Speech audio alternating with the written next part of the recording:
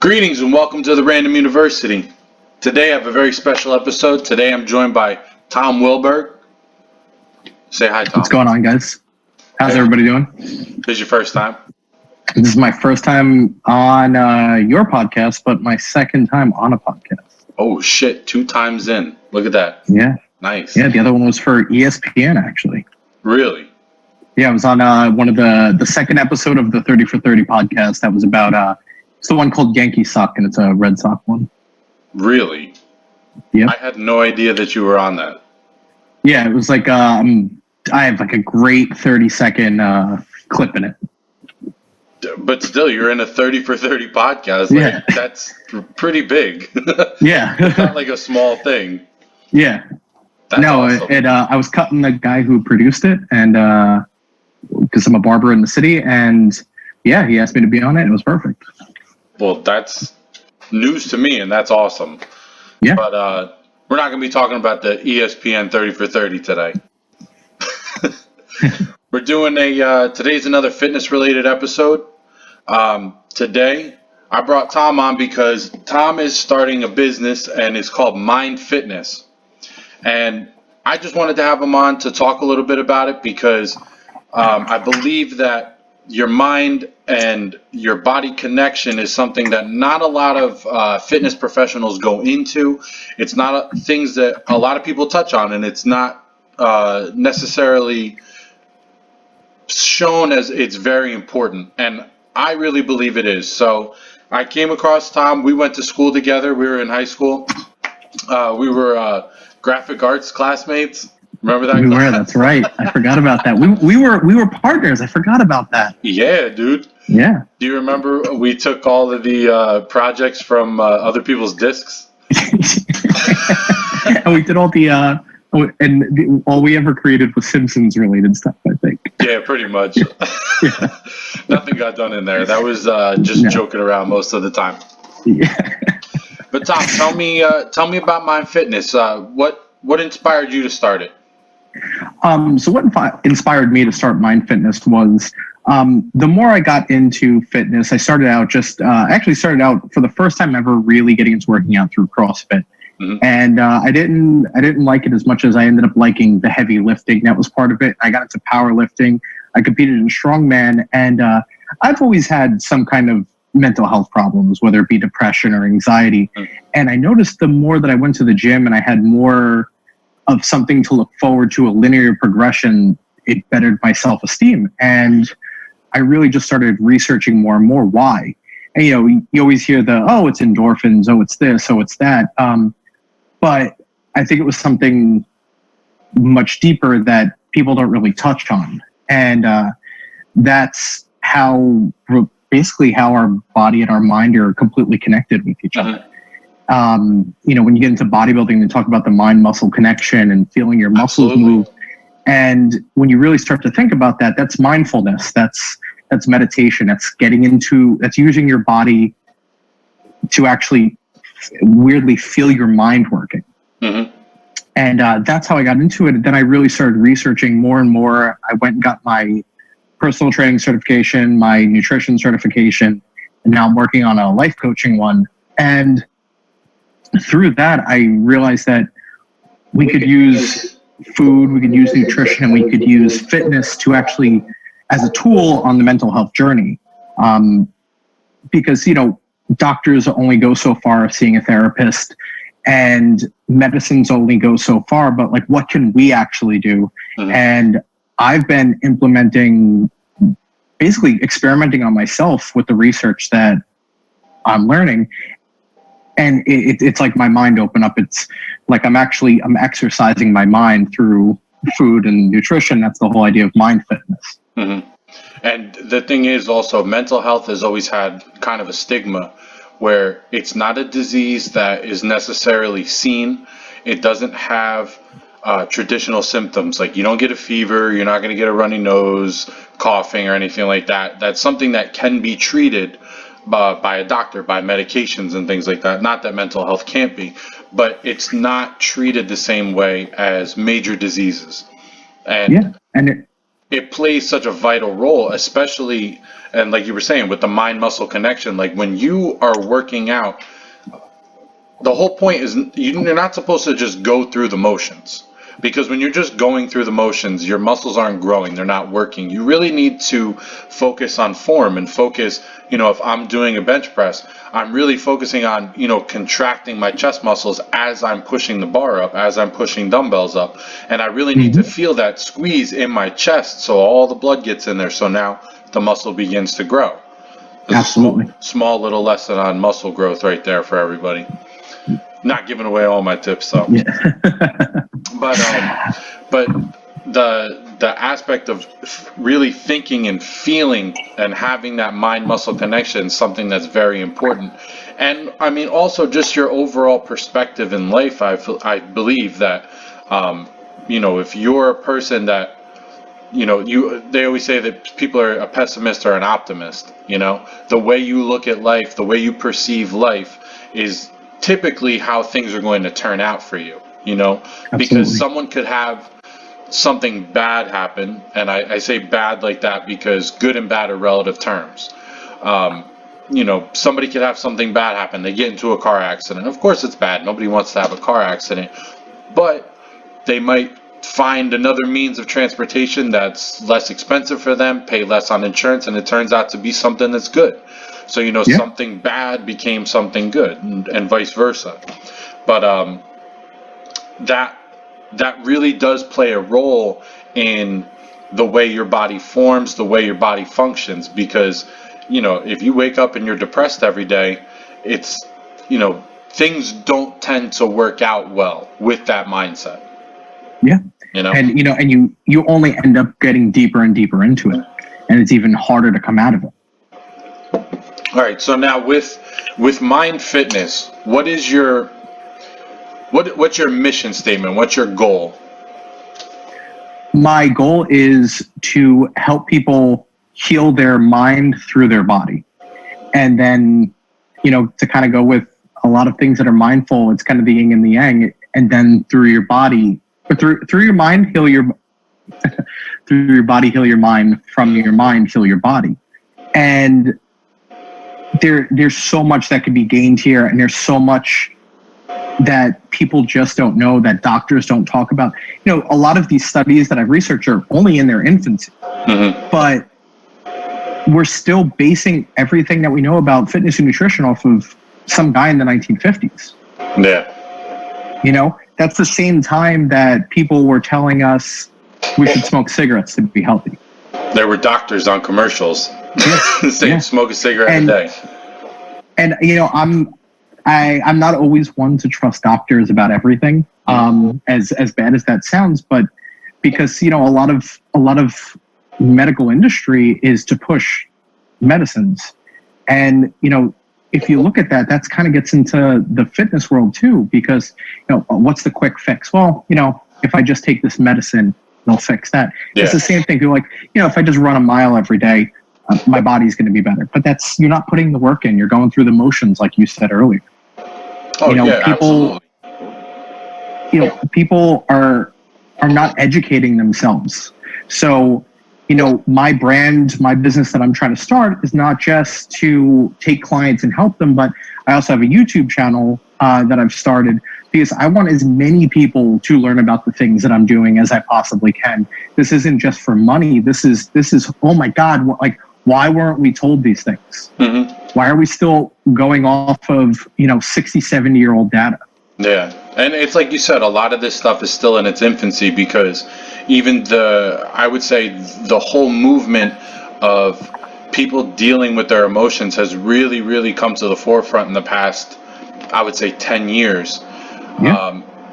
And it's something that, it's still new. They're still learning different methods on it. But like you said, to follow something that is, standards of 50, 60 years ago, and we're still going to try to apply that today, that's like saying, oh, a woman doesn't need to have a job now. Her job is to stay at home and cook dinner and take care of the kids, and that's the end of it. And, people won't live by those standards. I know plenty of women that would protest that, and they say, I have the right to have a job. I have the right to go out and achieve my goals and things. And my role is not necessarily to be in the kitchen and be a homemaker, even though there are some that do that and they enjoy it, and there's nothing wrong with it. But they're free to explore those things and express their emotions and opinions. Exactly. And so why it doesn't make sense that we would, like I said, follow something from 50, 60 years ago to this day still. Because, I mean, even if someone comes up to you with research from 2 months ago about something, I guarantee you there's something new out somewhere that rules that old stuff out, Absolutely. And then the whole, I'm sorry, I don't mean to cut you off. The whole thing, just until I don't want to forget it, just the whole thing with, I forget what you said exactly, but what I took from it was the quick fix, like with medications. Instead of trying to do that quick fix, like what some people would do with, I know especially in fitness supplements, everybody always wants to know what everybody's taking. What are you taking? What kind of protein? What kind of aminos? What kind of test booster? Whatever it is. What kind of steroids? Because let's be honest. How many times have I messaged you on Instagram and asked you what steroid you were taking for when you were cutting? Obviously, it was a joke, but hey, you still do it. It's a joke, but at the same time, you want to know what that edge that everyone has because you don't want to put the work in. And that's really what it comes down to, because I can tell you just from my personal experience, I've never taken steroids in my life. I've had the chances to plenty of times, but I just never saw the need in it. I never really wanted to do it. There was never a purpose. I mean, if you're going to inject some sort of foreign substance into your body, you better be getting paid for it, because the long-term effects of doing things like that, people don't think about it, and they think about right now. Oh, I'm gonna be big. I'm gonna be cut. It's nice to have your muscles grow, but you understand that your heart is a muscle, and your lungs are muscles, and your kidneys are muscles, and those will all grow proportionately with your biceps. And then when you stop taking it, that's it. I'll fully admit, in my strongman and powerlifting career, I did take PEDs, and what's funny is at the time, it was awesome. I got huge. I'll fully admit it. And now I'm looking back and I'm like, now that I'm not taking them, and now that I cycled off, years later, I'm dealing with a lot of stuff that I probably wouldn't have dealt with had I not done that. Possibly. There's also, for instance, mental health's a roller coaster. The higher up you are, the higher you fall. And for instance, testosterone trends, stuff like that, a lot of them boost your mood as well. Not to say that people don't need testosterone, we all need it, and some people do have a deficiency and need testosterone replacement therapy. That is important. Our hormones are important, but when you're taking 3 times the clinical or medical dose, if you will, and you're taking trends, stuff like that, not only are you inflating your muscles, you're inflating your ego, you're inflating your whole sense of being. And then when you get off of everything, man, did I crash? And I'm still dealing with that now. This is, you don't decide to start working more in mental health if you don't have mental health problems. And do I have chemical imbalances in my brain that predispose me to have it? Yes. Did I help that along with performance and health enhancing drugs? Yeah, probably. And that's where we are now. We're just trying to find that baseline mood to start building up from. Yeah, and see, that's the thing about steroids. Even without taking steroids, one of the things I can say, I've worked out good majority of my life, at least since I was a freshman in high school. And I would say I really got serious with it once I went to college, and that was where I kind of developed a borderline obsession with it. I was going 7 days a week. And I got in shape, but I think more importantly, you said something really important. The steroids inflate your ego. And there are no shortage of egos at any gym, anywhere you go. Absolutely. And the thing is, even if you don't necessarily have the ego like other people, like some big ass dude walk around like this, like get the fuck out of my way, you still have this feeling of power. And that feeling is very addictive. To lift heavy weight and really control it and know, like, I mean, if you squat 500-600 pounds, like, not everybody can do that shit, you know? I have, but yeah. But no, but that's what I know. I have. But go on. One day you'll get there. Yeah. No, but what I'm saying is that listen, I got some steroids. I'll get you into 500-600 in a squat in no time. Dude, I can almost do that now. It's freaking like, if I can't imagine if I did steroids, I'd probably be squatting like, I'm not gonna say 800. That's Ronnie Coleman weight. That's absurd. But I would definitely be in the 600s. But what the point I'm making is that it's very addicting. That feeling of power is very addicting. And one thing that I also, I've said this to so many people before, that it's one thing to go in and train your body and you build your muscle, you got big shoulders, big chest, arms. But the other thing is your brain. Because there's been times where I couldn't get to the gym, right? There was a little bit of, I would say it was like a 4 or 5 month span where I sold life insurance. And like my time was just completely taken up. And I just didn't have the money for a gym membership anymore. And I was constantly on the go. I mean, it killed me in my mind. I definitely felt depressed because I couldn't go. But more importantly than that, when I went back, my brain is still trained to be able to bench 315, no problem. So now I haven't been to the gym in 5-6 months, and then I put 225 on there and boom, and I dropped that shit right on my chest. And you feel defeated immediately. So now I can, like, and that's without taking steroids. I could only imagine someone that takes steroids and you're able to lift all this weight and then now you're off of it. So now you're dealing with the fact that hormones and chemicals are in an imbalance in your body. And then on top of that, just the fact that you can't lift like that anymore, that it has to be very destructive. And a big part of that, getting back into the ego is when you become this guy that's constantly on steroids, you're constantly lifting, stuff like that, that becomes your whole personality. That's the only thing you are. Yep. And then suddenly you take away that, you start really like, who am I? And this is where the depression from steroids comes in. Absolutely. Now, I don't want to do this whole thing on steroids because we went off here. But I mean, it's something that's prevalent in the fitness industry. It's good to touch on it because, and this is the last thing I'll say about it. A lot of people model themselves and what they want for themselves after the guys in the magazines. And these guys in the magazines that are advertising like, oh, I take this protein and I take these aminos. You don't take any of that shit. You know exactly what you're shooting in your ass.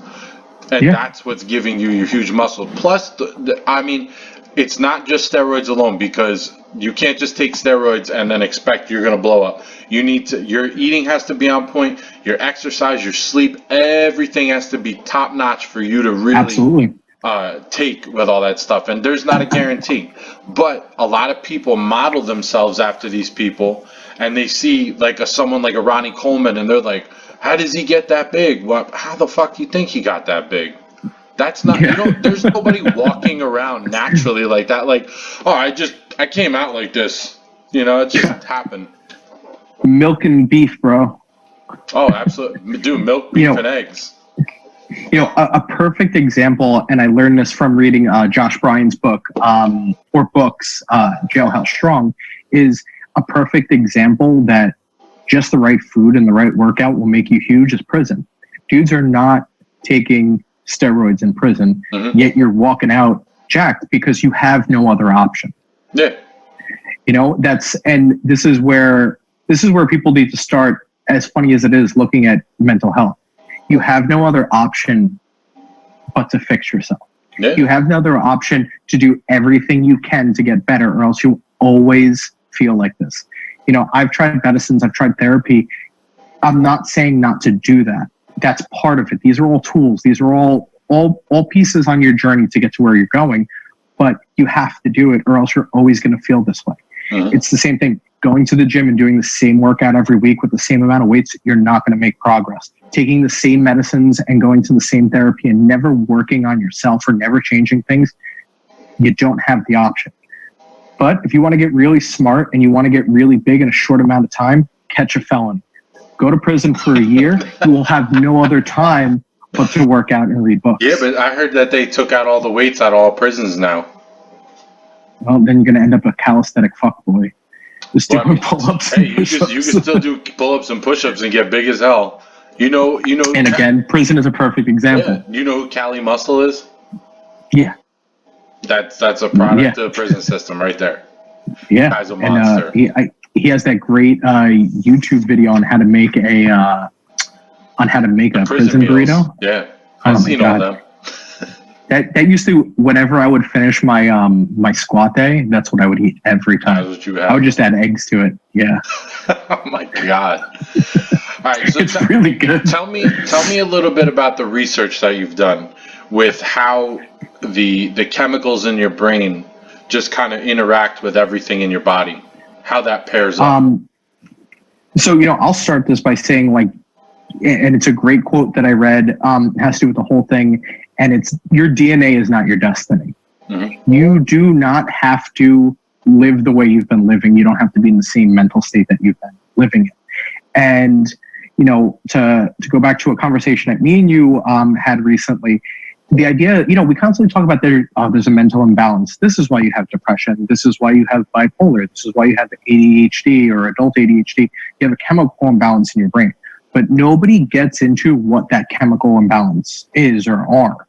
And one of the ones that I've been researching the most is called the MTHFR gene, and it's also an enzyme. Hopefully I'm saying that correct. And it's methylene tetrahydrofolate reductase, for the science people listening. You wrote that one down, didn't you? Oh yeah, absolutely. Because I was gonna say, if you could memorize that, if you had that just built in there, I'd be impressed. Listen, I barely get memorized MTHFR, and I say it all the time. So this seems to be a major factor, which really, at the end of the day, it's a riboflavin deficiency. Mm-hmm. But basically, what it is it's both the gene and the enzyme that's in charge of methylation in your body. And for anyone who doesn't know, basically methylation does everything in your body. You have to methylate vitamins, you have to methylate your food, your protein synthesis, everything comes down to this. And this is this one majorly messes up your B9, your folic acid, and that's the main problem when you don't have that. And a lot of what that does is it messes with your gene expressions. It turns your genes on and off. Mm-hmm. And so there is a mutation off of, and I wrote this one down too, it's the A1298C or the BH4 allele of your gene. And that deficiency results in damage to your neurological systems. So basically, to put that in layman's terms, your brain works off of your happiness, your mental health works off of epinephrine, serotonin, dopamine, melatonin, all those things, all those production of all of that is wildly affected by the fact that you can't methylate these vitamins. Mm-hmm. It also causes you to hold on to toxins more in your body, and you're not able to rid your body of them. So you have these toxins floating around your body, just beating up all your organs, beating up your neurotransmitters, but you can't get rid of them, and you can't methylate the vitamins to fix them. So that causes everything from addiction to Alzheimer's, anxiety, autism, bipolar, depression, diabetes, infertility, migraines, epilepsy, schizophrenia. All of this off of this tiny little enzyme that is just a gene mutation that 80% of people have. So now, if I'm someone that's overweight and I'm also dealing with depression, and I think that just because I lose this weight, I'm going to lose my depression, it's not necessarily true, right? It's not necessarily true, but there's, so this is where we start finding connections when it comes to that. For instance, because of this, it has messed up your gut health. And when you have a toxin in your body, fat surrounds it. Mm-hmm. And you can't rid your body of that toxin correctly, so your body holds on to that fat more. So it's actually even harder for people that have this to actually lose weight. And it also causes a major gluten intolerance, and the major gluten intolerance messes with your body in the sense of it's going to mess up your gut biome, and you're just all the nutrient dense food that you think you're eating, it's just passing right through you. You're not getting anything out of it. So it's almost safe to say the whole gluten craze now may have more to do with mental health rather than a physical actual reaction to gluten. Well, they're both it's the same thing. Yeah. And so there's for let's say this problem that we're going on about, there is some easy, simple things to kind of fix that. And the first thing to do is to fix your gut biome. Your gut biome is, this set of bacteria that's in your stomach that, believe it or not, controls your brain as well. Mm-hmm. And most people, especially if you're on a Western diet, your basic diet that we all eat, American diet, your gut biome's probably trashed. Oh, most likely. So, yeah. And, and how much that regulates your body. You have your vagus nerve. Your vagus nerve runs from your intestines up to your brain. It's actually what tells your brain to produce serotonin. Mm-hmm. But a lot of people don't know that 90% of serotonin is produced in your stomach and then absorbed. Mm-hmm. Your brain only makes 10% of it. So if you're never telling your vagus nerve to start producing this because your gut biome is trashed. Now let me ask you this question. How much of a role does sugar play in production of that? I'll be honest, I am a low carb person. I do lean towards that. I do lean towards keto and bulletproof and stuff like that. And a lot of people think of them as a fad diet, but there's a lot of research that's showing that sugar and glucose destroys a lot of your gut biome and messes up, the mitochondria that control your whole body. This tiny little powerhouse of your cell, mitochondria, is literally your being. It's what controls everything in your body, and it doesn't react well to glucose. Mm-hmm. And so sugar is one of the worst, in my opinion, and a lot of professional opinions, is one of the worst things you could put into your body. I agree. Your body. Okay. No, I was just gonna say I agree to a degree with you. I think that simple sugars, i.e. like candy bars, you go eat a bunch of garbage, you have popsicles, you have ice cream. Obviously, all that stuff is not going to be sugar that's going to be productive for you. I think that more carb-based sugars, and I'm not talking breads and things like that, but more like white rice, white potatoes. I think when they're timed, like when you I have it before a workout and after a workout, I have potatoes and white rice. That's something that has always worked for me. I know that, and that's why I'm not disagreeing with you on like the keto or low carb or anything, because I really do think those things work as well. Because even when I've had to cut or I've had to lean out, the first thing that goes is carbs, without a doubt. Anytime, whatever meal I'm having carbs with, it's immediately getting replaced with broccoli or asparagus. And those are the carbs, getting it like that. But I think when you're doing, if you're working out, you're trying to gain mass, you're trying to gain muscle mass especially, I think that carbs, when they're timed well, are beneficial to you.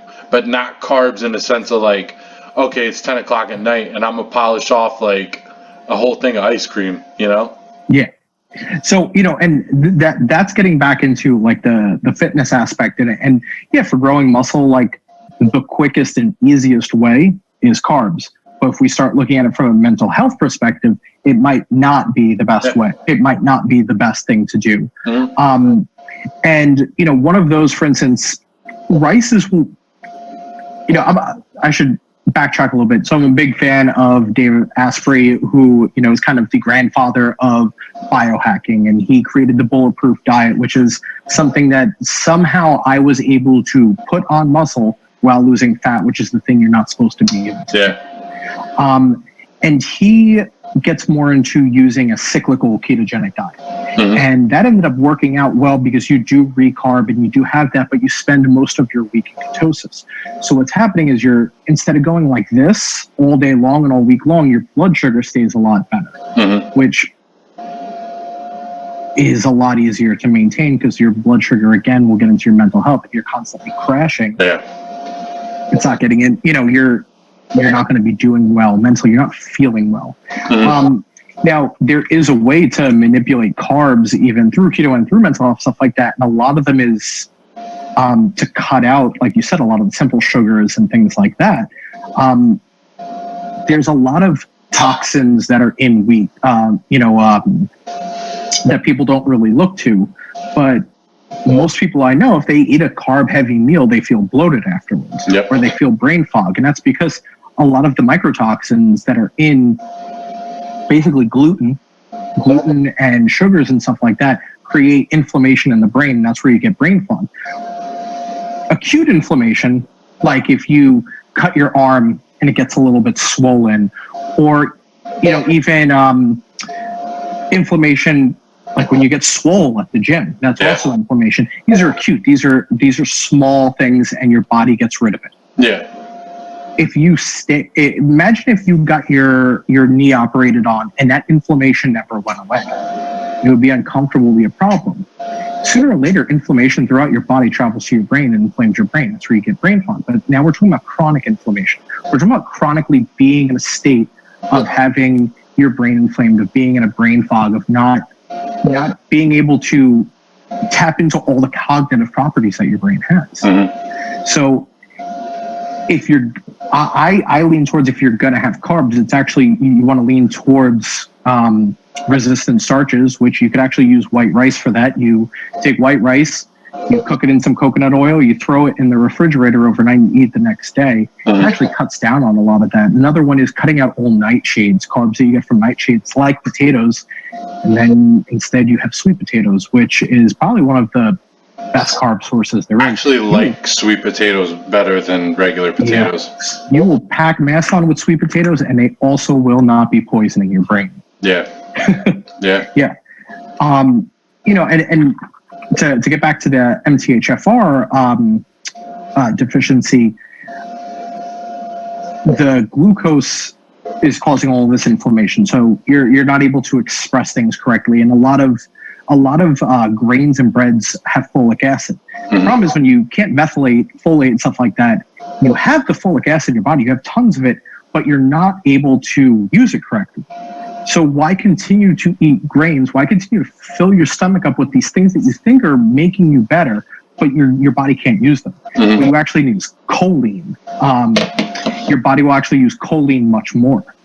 So that's you can get that from liver, you get that from spinach, you can get that from, I believe, even oysters. There's a lot of things, basically chrysalis. I can never say that word. Chrysalis vegetables.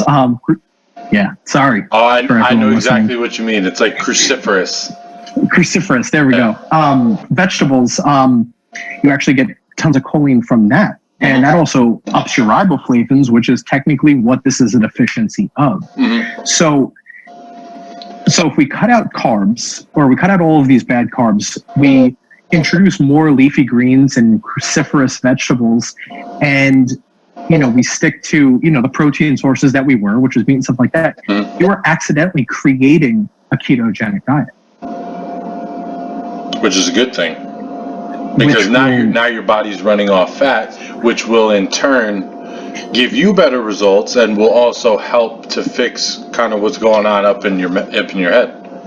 Exactly. And on top of that, we've been told fat's bad, but everyone that lifts, gets into lifting, gets into fitness, like, wow, I feel really good if I have a spoonful of olive oil after I work out or before. And that's because all your hormones are actually regulated and travel through your body through fat. Well, there's also certain vitamins that are only fat soluble, and that's another thing. If you're cutting saturated fat out of your diet, and fat is the enemy, you can't digest these certain vitamins properly. There's actually studies that show that people on a high carb, low fat diet actually have a higher rate of mortality. Yeah. Because your hormones control everything. Have you ever heard the term skinny fat? Oh yeah, of course. Someone that they don't really have any muscle, but they're not overweight. They don't look like out of shape, but they just got this hanging everywhere. And you're like, yeah, what? Like you eat like a bird. Where does that shit come from? Cortisol. Now we know it's cortisol. It's because you can't regulate that hormone. Yeah. And a great example of this is anyone that's a like female bodybuilders, female figure competitors, or and bikini competitors. When they diet down, they cut fat off. All of them lose the ability. They lose their fertility. They lose their ability to menstruate because their hormones are gone. You've destroyed them. Yeah. So now that's a perfect example of what happens when you cut fat out of your diet. Crazy. Just to really look into that. So, everything I'm learning, it's not just like, oh, ketogenic will make you skinny. Hey, it will if you do it right. Yeah. But it's about a cyclical ketogenic diet. And, as I research this more, all of the things that you're supposed to eat and leave out to help your mental health just accidentally are a ketogenic diet. And that's where I get into the bulletproof diet. The bulletproof diet, is awesome because he then adds a little bit of carbs back in. It's cyclical. For working out is great because the day after you carb up, like you're just so vascular because all the glycogen is back in your muscles. Give me real quick. Before we move on from it. Give me just a brief example of like one day on the bulletproof diet. Like what would you eat? Just get an idea. Okay. So you start the day. Every day has intermittent fasting in it, which I think is also is actually pretty awesome. If you've never tried it, you want to lose some weight, it's one of the best things you could do as well. And it helps you regulate your hormones. It actually boosts your human growth hormone as well. If you work out at the end of your fast, it's awesome. But it does implement fat fasting, and this is where where he started everything is the bulletproof coffee. And that's, excuse me, Corona. Careful. They're going to come get you right now.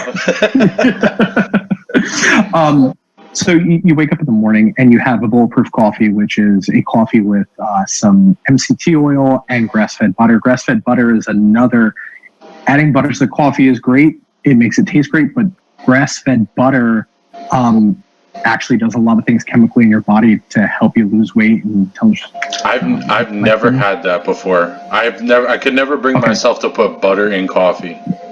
Well, you think about it, butter is cream. Yeah, but I don't put anything in coffee. I just drink coffee black. Which is perfectly fine as well. The thing with adding the butter, it gives it like a creamier, decadent taste, and the MCT oils start helping your body produce ketones. And the whole idea is you have that in the morning and it satiates you. Fat is satiating. So you could go till 2:00 without eating. So then you usually break your fast with, you want to break your fast with fats and protein, and you could have some leafy greens. So usually what I would do is I'd actually break my fast with 8 ounces of an 8-ounce burger that I stuffed again with butter, and then some spinach that I cooked in coconut oil. And that's extremely satiating again. So I'd eat that and I wouldn't be hungry again until I got home at 8, 9 o'clock at night. Now, did you have it on like a bun? No. So I would just kind of eat it almost like a burger salad is a great way to put it. And I might have just a regular black coffee throughout the day just for caffeine because I have a caffeine problem. And then at night I would, what's that? I think everyone does. Oh yeah. And caffeine is a superfood. Coffee is a superfood. Like it has so many benefits. And it's funny that it's constantly, oh, it's bad, it's this, it's that. Well, it is. And most likely what you're adding to your coffee is making your coffee bad. Exactly. Or the cheap coffee that you're buying that's loaded with mold toxins is bad. So, and then at night I would eat a couple times a week. I would try to eat salmon, just for those, just because they have such a great omega-3, omega-6 rate. Salmon, I'd have usually some cauliflower rice. I might have a bird again. I might have chicken. Pretty much like meats and vegetables.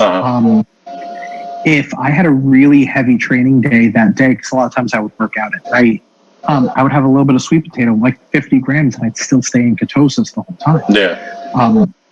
And I'll tell you, I was just running, or I just run great. Like I have all of the energy all day. And that little bit of sweet potato at night, that tiny bit of carbs at night does help you sleep. I'll be honest, that is important. Then one day a week, you don't have any you actually fast from protein and you carb up all day long. Yeah. But what kind of carbs? Sweet potatoes. This is when I'd have some fruits and stuff like that. Really just because we're learning that basically if you mix fructose and glucose together, your body's actually able to absorb to go to your muscles. So I would have usually wake up in the morning. I'd have my coffee. Halfway through the day, a lot of times sweet potato fries and ketchup with mayo. I mean, you can't ever go wrong with that. No. You can't go wrong with that. And then at night you could have like a little bit of protein, but I'd make a salad. That's what I'd have. And then before I went to bed, I would eat a couple teaspoons of honey, and you gotta help that sweet tooth once in a while. Yeah, of course. Now let me ask you this. Now on this diet plan, do you have like a cheat meal at any point? So the carb up kind of is the cheat meal. Okay. And the thing is that this is less of a diet for fitness, for your body, stuff like that. This is more of a diet for cognitive purposes, for health and stuff like that. So I didn't really tend to have, I don't really tend to have a cheat meal. That's not to say that I never have it. Like if you really want it, if you're really craving it, you probably should do it. But you have to remember that every cheat meal you have sets you back. Yeah. A couple of meals, because the only reason I ask is because I know with myself, like I have my meal plan laid out and it's for 7 days a week. I have one cheat meal and I do it on Sunday night and that's it. And it's typically the same thing, but usually I just get whatever I'm in the mood for. And like I truly stick to my diet throughout the week. I do not deviate from it. There's no like, I don't feel like it today. I'm very disciplined when it comes to that. If I have to eat it, I'm setting up that way, I'm eating it. But on Sunday night, I look forward to it all week, and I don't ever feel like it sets me back. And I'm talking about I will literally eat a whole pizza and about 15 to 20 like honey barbecue boneless wings. And I feel like more than anything, I feel like I'm kind of rewarding myself for the discipline for every single day. And I have that to look forward to at the end of the week. And then what it does also is it gives me this boost. Like when I wake up Monday morning, dude, it's like I'm ready to go. Like, I mean, obviously we can't go to the gym now, but I go outside, I do my workouts and things like that. But when we were going to the gym, Monday was my best day. And then it would kind of trail off. Once I got to Friday, Saturday, I would be kind of dragging ass a little bit. But for the most part, that cheat meal on Sunday night, it was like rocket fuel. So here we'll tie everything back in. For some people, mental health is life or death. You start getting to a point where you don't want to live anymore. Some people try to take their own lives, some do. And the thing is, the way I start looking at it is, if this is what I need to do to not feel that way anymore, to not look at things life or death anymore, and that means that I don't get as many cheat meals, that's life or death to me. That's the truth. This is where it starts being, it's the same thing with diabetes. Like if you're diabetic and if you eat this food, it's going to mess things up. And I'm not saying one cheat meal is going to mess everything up. Yeah. It's the idea of cheat meals tend to, if you're not super, super focused on the cheat meals and super disciplined, cheat meals start to throw your diet off. Yeah. You're like, I could just have a little bit here, a little bit there. The idea is taking mental health a little bit more seriously. If I continue to put myself back in these bad places, I'm not saying you need to stay completely strict on the diet. I'm just saying that staying stricter on the diet will have better benefits than it won't. But if that's life or death to me, if that's what's keeping me from jumping off a bridge, if that's what's keeping me from laying in bed and not going to work and losing my job, then maybe this is what I need to do.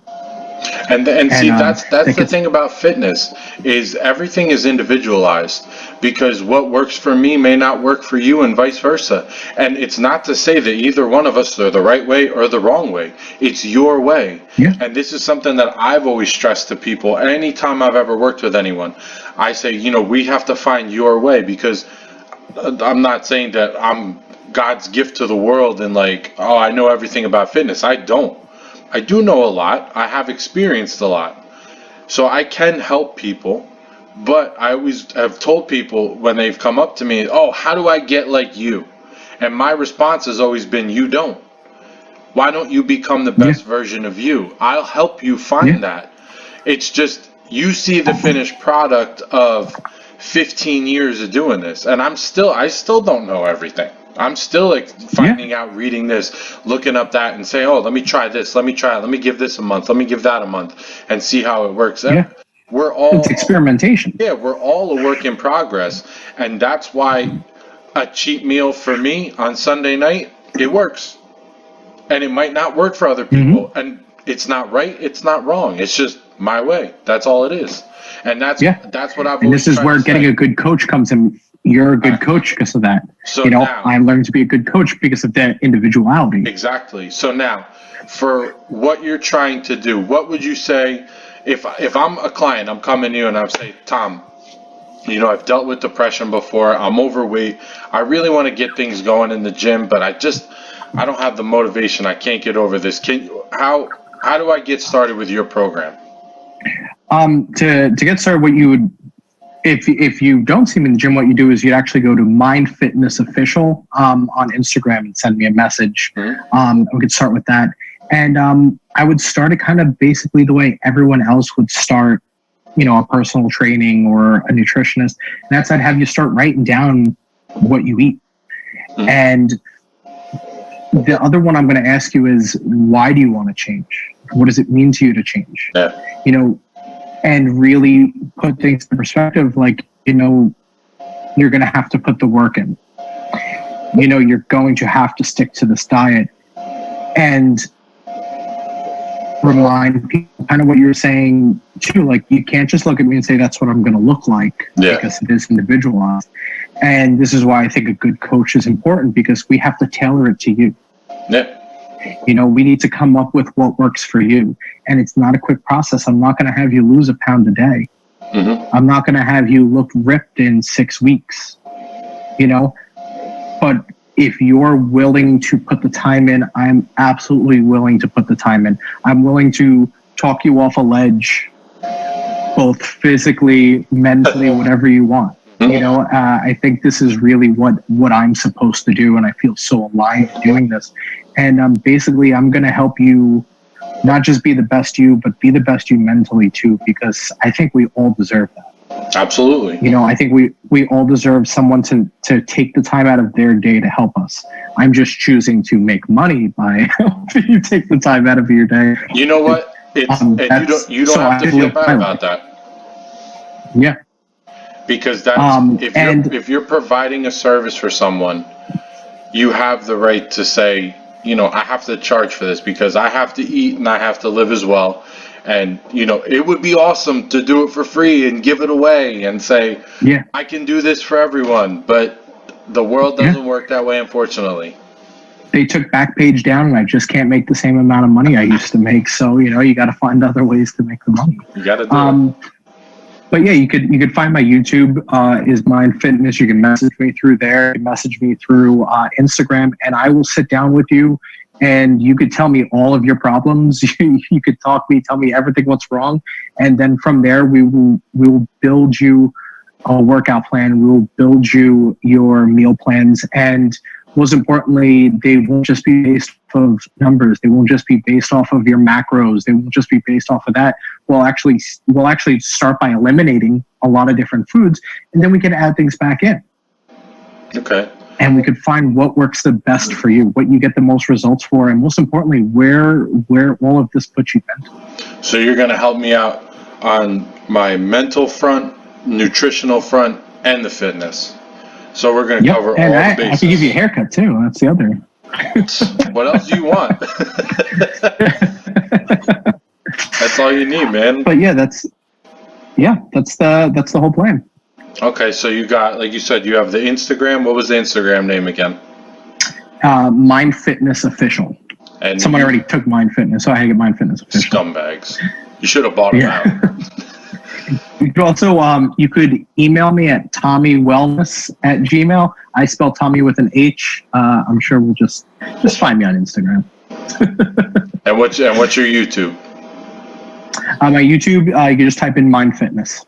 Okay. One word. Awesome. Yep. All right, Tom. Thank you so much for coming on today. I had a good time talking with you about all this. It was very educational for me, too. Yeah. All right, guys, that's it for us. Thanks for watching the Random University. Follow the page, True Exact Radio. Follow Mind Fitness. And I'll catch you later.